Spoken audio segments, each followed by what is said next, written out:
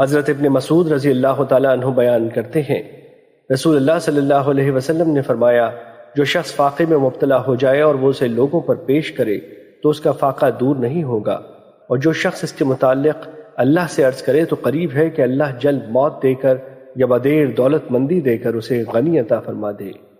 مشکات المصابیح حدیث نمبر 1852۔ حضرت ابن سعیدی رحمۃ اللہ علیہ بیان کرتے ہیں، حضرت عمر رضی اللہ تعالیٰ عنہ نے مجھے صدقات وصول کرنے پر مامور فرمایا۔ جب میں اس کام سے فارغ ہوا اور وہ ان کے سپرد کر دیے تو انہوں نے تنخواہ لینے کے لیے مجھے حکم فرمایا، تو میں نے عرض کیا، میں نے تو محض اللہ کی خاطر یہ کام کیا تھا اور میرا اجر اللہ کے ذمے ہے۔ انہوں نے فرمایا، جو دیا جائے اسے قبول کر، کیونکہ میں نے رسول اللہ صلی اللہ علیہ وسلم کے عہد میں یہ کام کیا تھا تو آپ نے بھی مجھے تنخواہ پیش کی، تو میں نے بھی تمہاری طرح ہی عرض کیا تھا۔ تو رسول اللہ صلی اللہ علیہ وسلم نے مجھے فرمایا تھا، جب بن مانگے کوئی چیز تمہیں دی جائے تو اسے کھاؤ اور صدقہ کرو۔ مشکات المصابیح حدیث نمبر 1854۔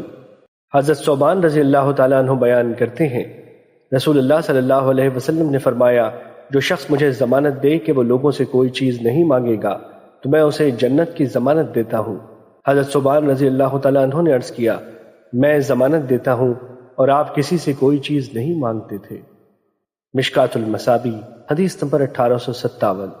حضرت ابو ہریرہ رضی اللہ تعالیٰ عنہ بیان کرتے ہیں، رسول اللہ صلی اللہ علیہ وسلم نے فرمایا، اگر احد پہاڑ جتنا سونا میرے پاس ہو تو مجھے خوشی ہوگی کہ 3 دن کے بعد اس میں سے کچھ بھی میرے پاس باقی نہ بچے بجز اس کے جسے میں قرض کی ادائیگی کے لیے رکھ لوں۔ مشکات المصابیح حدیث نمبر 1859۔